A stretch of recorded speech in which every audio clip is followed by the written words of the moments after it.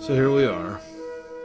I can finally stop dancing around this topic. I know it hasn't actually been this long, but I feel like I've been dancing around the changeling Bashir, Changeashir, but changeling thing. I don't know, for several episodes now. Spoilers, spoilers, spoilers.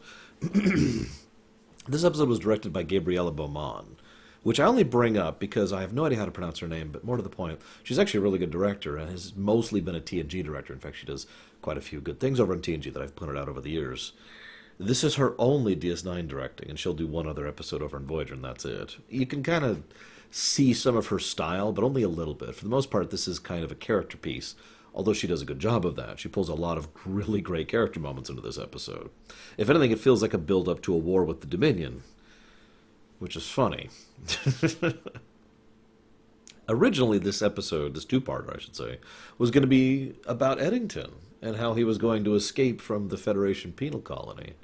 And the intention was to portray the Federation as the bad guys. And as I think I made clear in the last episode, that would not be hard to do. It's interesting that they decided to torpedo that idea. I'm not really 100% sure why. The stated reason is they felt that the audience didn't care about Eddington. I could insert a joke about lack of recurring characters and blah, blah, blah, but honestly, I don't know if I believe that. I don't know. What do you guys think? Would you have been into that? I'm not saying this isn't an excellent two-parter. I'm just saying that I would have liked to see that. Anyways, so I actually didn't mention this last episode because I hate putting down the spoiler thing whenever I have to, but Alexander Siddig was actually informed last episode that he was playing a changeling because there was a scene between Bashir, O'Brien, and Eddington. And that scene was cut, but they did actually sit and film it, and so the director pulled him aside and was like, hey, you're a changeling. And what? And that's when he was informed. So, and you can kind of tell. His portrayal is subtly different. I'd like to say that I saw it originally, but I didn't. I didn't pick up on it. He isn't being portrayed in the usual Star Trek fashion when someone has been replaced by our duplicate, or mind-controlled, or alien-infested, or whatever. He's just being... Well, basically, imagine if you summarized Bashir as a character. That's how he portrays him. That makes sense, because they have intel reports and brain scans and otherwise in order to do this. This is never confirmed to my knowledge, but I've always theorized this is why they keep prisoners in the Dominion, so they can replace them. That's why they had Martok. That's why they have Bashir, right? Now, that's theory, but it would make sense to me. But the point is, you're only ever going to get the surface level for some of those things. You're not going to be able to get the nuances of how, well, let's be honest, complex and in-depth people really are. But there's a few moments where Bashir says a few things that are actually out of character for Bashir in this episode. The first is he insists that the mission to the Gamma Quadrant must not go, which is a very not Bashir thing to say in a very not Bashir way. And the final thing he says is when Dax quietly says, Worf, he says very coldly, as a Klingon warrior. You know, he'll understand the choice of this. Neither of those actions are Bashir actions. They're not necessarily out of character, but they are not things he would do. You know what I mean? Anywho, I'm sorry, since I'm starting off talking about the Bashir thing, I have to point out two other things. First of all, one of the other things Siddig does is he's almost always just kind of pleased with himself when he's playing the changeling. You notice that? Like, and I know that's strange, but basically he acts a little bit more like Season 1 Bashir when he's playing the changeling. Just a little cocky and a little pleased with himself. And there's usually just a small little smile on his face, you know, like, I just thought I'd get you some sandwiches. Is there anything else you need? You know, it's just a little bit there. Even the way he interacts with Garak in a private environment where it's just him and Garak, he's still portraying that particular brand of Bashir. It's interesting. The other thing about Bashir I want to mention is that when they show the real one, he's coming out of solitary, who? And then Bashir comes in and it's just, that caught me. Like when I first saw this, I was just like, oh, because it's a great moment. We've already established what the changelings are, narratively speaking, and what they can do. And, well, anybody who's paying attention can tell the type of uniform he's wearing, which was a deliberate visual choice to showcase how long it's been, like 5 or 6 episodes at this point. I forget the exact number. So, yeah. We look at that and it's like, oh, It's a great visual moment to help indicate, the stakes and the significance of the situation. Unfortunately, Bashir doesn't actually have a lot else going on in this episode, so let's move on. This is what I like to call continuity of the episode. I know I poke fun at DS9 because, well, to be completely honest, because I disagree with some of their choices sometimes. I'm allowed to be critical of something I love. Last I checked, that's still a thing I can do. And that being said, this episode has Martok, Bashir, Tain, Zial, Dukat, and it even mentions First Contact, the film. I think I actually missed a few things there, but you can kind of tell how it's pulling together a lot of different points of Star Trek into a singular two-parter. It's good stuff. Next thing I want to comment. Odo makes this comment, romance is for solids. Why? Don't tell me procreation is the only reason you think romance should exist, Odo. No, he's just doing his own blatant lying, and Kira is, of course, the one to encourage him, as she would, because she is his friend, and she can see through his bullcrap, so she can kind of understand that he actually wants to have some kind of romance in his life. Just a nice little touch there. And that, of course, immediately segues into Zial and Garak. Now, this has never been outright stated, but they've actually changed the actress who played Zial several times, 3 times, I think, total. And one of the biggest reasons I've always theorized why that is because they wanted to have the Zial-Garak romance angle. And the original actress who played Zial was a little too young for that. So they fixed that, basically, to put it as simply as possible. There's also, if I'm being honest, there's also some facts that they couldn't get the same actress. I think it was the second time, so they replaced her. And then they wanted to age her, so that's the third time. The second time for the third Zial. But anyways, point being, I do like how there's, well, let me put it to you this way. There's a brief scene with Garak and Bashir. Don't have much to add to that. And then Dax has an interesting scene with Worf. It's reasonably well acted. There's some good chemistry there. I don't buy the romance. I know I hate to keep pointing that, but I don't buy any romantic connection between the two. It feels like 2 old war buddies who are saying goodbye. You know what I mean? I know that sounds like a weird way to play that, but that feels like how the scene, if the two didn't kiss, I would buy that angle completely. And, of course, she's taking the operas to give him incentive to get back home and blah, blah, blah. And, of course, he didn't want to cause a fuss and blah, blah, blah. All that's good stuff. Excuse me. But I bring that up because immediately after that is a scene between Garak and Zial, who have a lot better chemistry, in my opinion, than Dax and Worf, at least in this one scene. And if I'm being honest, I think a lot of that is on Gabriella Beaumont, who, as I've said before, and over in the TNG stuff, is really great at pulling out performances out of actors. So I think that's at least on her strength. But what I love most is Garak obviously does have some kind of feelings for her. We don't know how much, and he's not the kind of person to be open and honest about it. But when he says, I am an exile, and I am someone who will never get to go home, but when I'm with you, it doesn't seem so bad, is probably the most romantic thing I've heard him say ever. Like, that is a legitimately awesome way to express the idea that you enjoy someone's company. Really. And it's a very Garak way and a very Cardassian way. Actually, I take that back. It's not a very Garak way, because I think it's just the total truth. And, of course, she obviously does have feelings for him in a more romantic sense, but he, of course, is trying to dissuade her.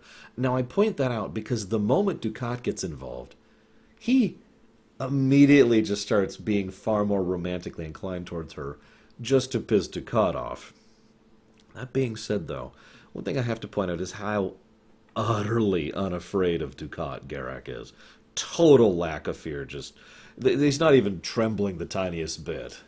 And I'd like to think that that's because, at least in terms of person, not regards of political power, not regarding personal power, not regarding whether or not Dukat would actually shove him over the edge, but I think that Garak just really feels that he is in every way Dukat's superior. That he is smarter, more adept, more charismatic, etc., right? And he just takes a degree of refuge in that. Even as Dukat is literally threatening to throw him over the ledge, it's just, I am better than you. And he just lets that shine, because he knows how much it pisses Dukat off. Now, Dukat. In this episode, Dukat confronts Kira, and he says some lines, and I want to talk about this, because one of the things the writers wanted was for Dukat to be the bad guy again, Now, I've actually talked about that before because this is not the first time that's come up. But unlike the previous time where they basically just abstractly wanted to make him the bad guy, here I think they approached it from a better angle. Because in these circumstances, Dukat has been alone and fighting his desperate, losing war for some time. Dukat is the kind of person who is used to having resources and is not used to having to make things work. We've discussed this back when he and Kira were on that freighter trying to make things work, and he was just completely, how do I even deal with this? I'm not trying to say this to sympathize with him, really. Because it basically, imagine a rich person who's been rich all their life, and then all of a sudden, money's gone. And they have to cope with all of that things that you and me and other normal people have had to deal with for most of our lives, right? It's hard to be sympathetic in that circumstance if the person's already kind of a bastard. And that's the catch. This is one of the things I like so much about Dukat. I certainly sympathize with him. I do actually sympathize with him. But it's mostly because he is a fully fleshed out character who is interesting. There's a lot of layers to him. There's a lot of presentation to him. We see in him someone who is basically brought to what is for him the low. And I stress that because the lowest of the low isn't the same for every person. Not until you get to true extremes. Not until you get to basically fantastical scenarios. In real life, everyone has something that if you got rid of it, or if you tore it down, or if you exposed them to something of the opposite type, that is as bad as it gets, realistically speaking, for that person. And that's what Dukat's going through. He's got his one ship and his one crew and his one war that he's failing at on all accounts. And he gets back to the station to spend some time with the one and only bright spot in his life. And he finds out that she's flirting with that piece of trash. Now, whether Dukat is justified in his hatred of Garak is not really a matter that is relevant, I don't think. It is certainly something that could be debated. And as ever, love to hear your guys' thoughts. I should just make like a button or something. I just hold up every time I say, I'd love to hear your thoughts. I'm not going to do that. But I love the idea that he comes home to his one refuge, the one thing that makes his life worth continuing living, being worth a damn, and she's with, okay. And he goes to confront Kira. And he's like, hey, we're basically her parents at this point. What's going on? But the problem is he approaches her like a Cardassian, or a typical Cardassian. I should be more clear about that. And so he doesn't approach her and admit his concerns. He approaches her and demands. He says, why haven't you been dealing with this? This was our deal. This was our bargain. She should be this and she should be that. And he basically just starts barking orders. That itself, I think, is actually a little bit of an insight into what's going to happen next episode. Because you'll notice Dukat is a lot more orderly than he has been for the last several episodes. In the many episodes previous to now, he hasn't been like that. But now he is acting as if he's on top again. Now that makes sense. But I point that out because I think that's deliberate. I think that is something that, again, we can point to Beaumont and, of course, the script for saying you should be acting this way because next episode. So Dukat is acting in this particular imperious manner, and that, of course, makes Kira bounce right off of him. She even starts off fairly polite and even nice about it. Look, I don't like Garak. I don't think they should be together, and I think their friendship is a mistake, but it's her choice to make, because that's kind of the way she thinks about these things. And then Dukat just kind of snaps, just a little bit. And I want you to pay attention to that moment. He accuses Kira of orchestrating this. And then he straight up accuses her of betraying him. Now, she, of course, immediately throws up a spiked wall because she's not dealing with this crap, and I don't blame her. He does go off the handle here. But I point that out because I think this is the beginning. So pay attention to this moment. I would love to know what you guys think, when you think it started. And you know what I'm talking about. It's something that's not going to come up for like 15 more episodes or whatever, but yeah. So I have to have a quick aside. Worf has a line I love, and I have to share it. At the first sign of betrayal, I will kill him. However, I'll make sure to get his body back intact. Anyways, so there is a very brief scene in this episode, I knew this would come up, where Kira mentions, oh my god, the baby recognizes me, because she's visiting every now and again. Oh my god, whoa. Holy crap, I am so sorry. Ow. I'll try to make a note to edit that out if I can remember. There's this bit where there's a scene where Kira comes in and she's talking with Dax about the baby and how, oh my gosh, um, he actually recognized me, showing just the tiniest bit of continuity with regards to the child. That's a nice little touch, and I was going to be wrong, that it was going to come up at some point in the future, and here we are. It is a nice character bit. I especially like how she goes and O'Brien's like, how's he doing? And she says, he recognized me. And O'Brien's like, yeah? Just immediate. That's good stuff. I like it. Good character stuff in this episode all around. I love this director. I wish I could grab her and make her do stuff for me. Anyways, directing stuff. I'd love to make a list of people who are really skilled in their fields and just hire all those people and just make something awesome. That's always been kind of a private dream of mine. Anyways, so Dukat's gone over the edge. Worf goes there and they find this place and it goes to hell. They decide, let's go through the nebula. Now there's a really great moment. It starts off with Garak basically bouncing off of Worf, because Worf is mostly immune to him. He gives his excuse, lying must be practiced, but Worf's just like, no. Then he decides to give up because they're getting to Dominion territory. Whether that was the correct call or not is, of course, something that could be debated.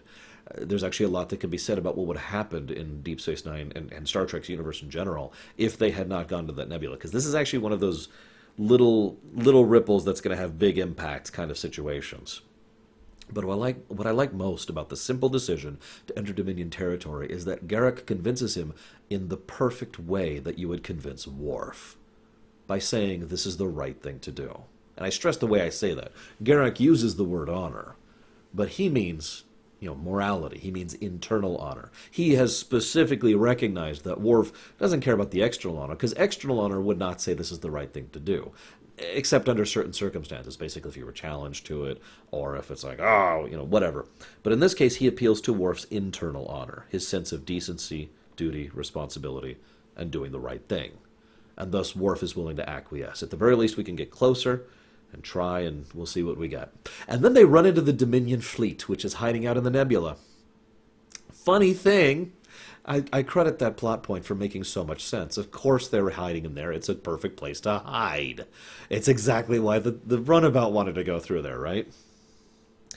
So, I've been wondering for about 2 seasons, really, what exactly they would do when the Dominion fleet finally starts coming. And I decided to pay careful attention to their specific response. And there's 2 things that they do. The first is they announce that they're screwed because the nearest reinforcements are 2 days away. Yes, I'm once again bringing up the fact that they don't have ships around Deep Space Nine. Come the hell on. At least for once, this is understandable, and I'll cover why in just a moment. The second thing, and I'll give them credit on this, they have been actively looking into methods to deal with the wormhole.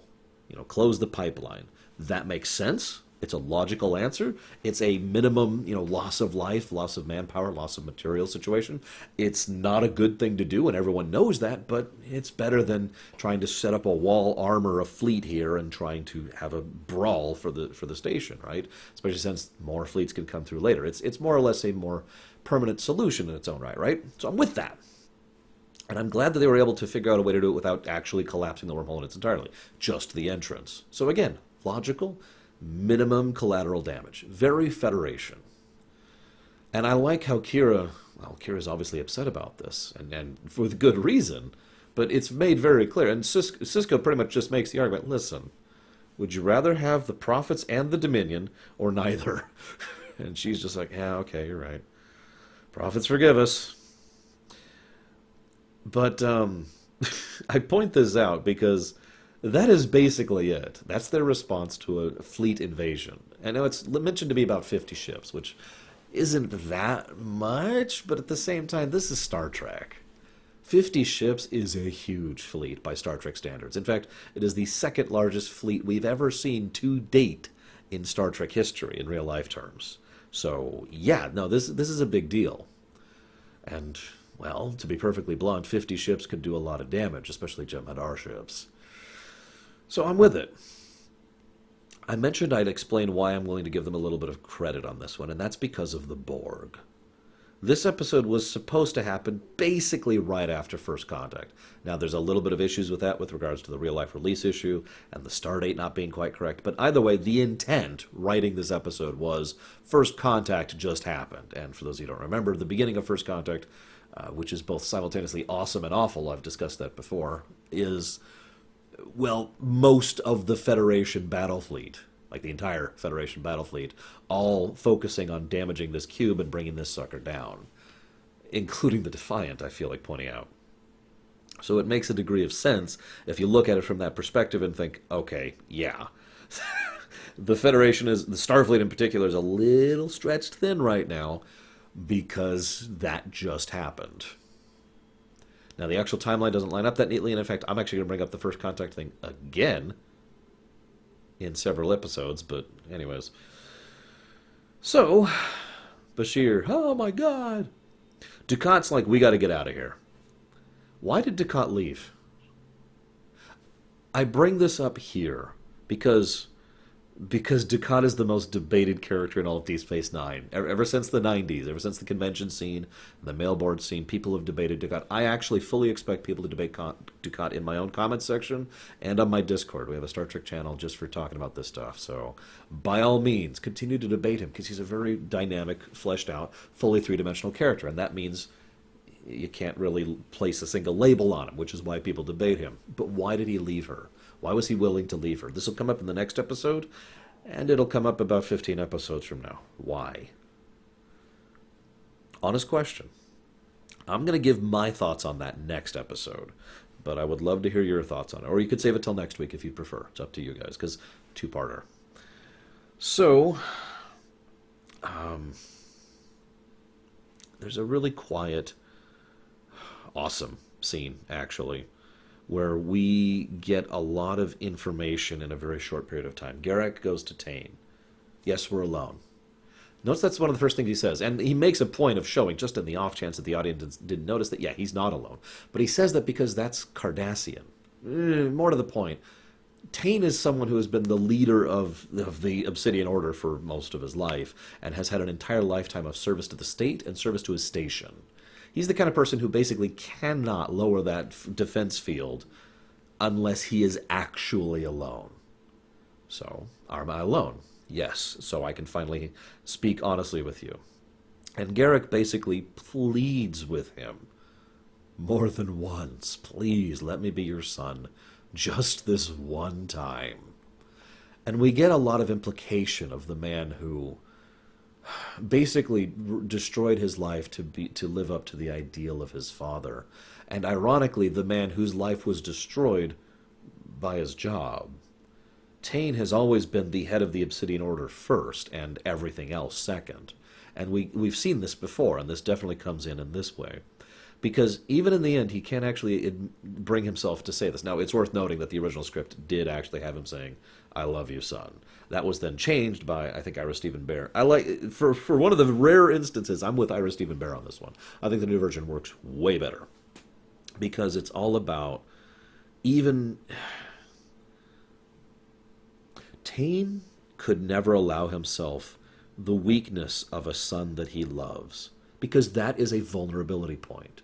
And when you are at that level of governmental or political or economic or intelligence agency, when you are at that severe of a level where you really do have to be that paranoid and that afraid, you can't afford weaknesses, any weaknesses. But we get the implication in that final confrontation that he wanted that weakness, that he wanted to just have his son that he loved. I think he did love him. Really, I do. And I think that in those final moments was as close as he ever got to allowing himself to express that externally. I was very proud of you that day. And then he dies. And then Garak gets up, and in his wonderfully Garak sort of way says, well, my business is done. Let's get the hell out of here. And then the episode concludes with the Bashirling, or the Changeashir. Which one do you prefer? Having sabotaged the graviton array, making it so the wormhole opens nice and wide, larger, actually, than usual, and a Dominion fleet comes through. That should be fun. We'll see how that one turns out next time.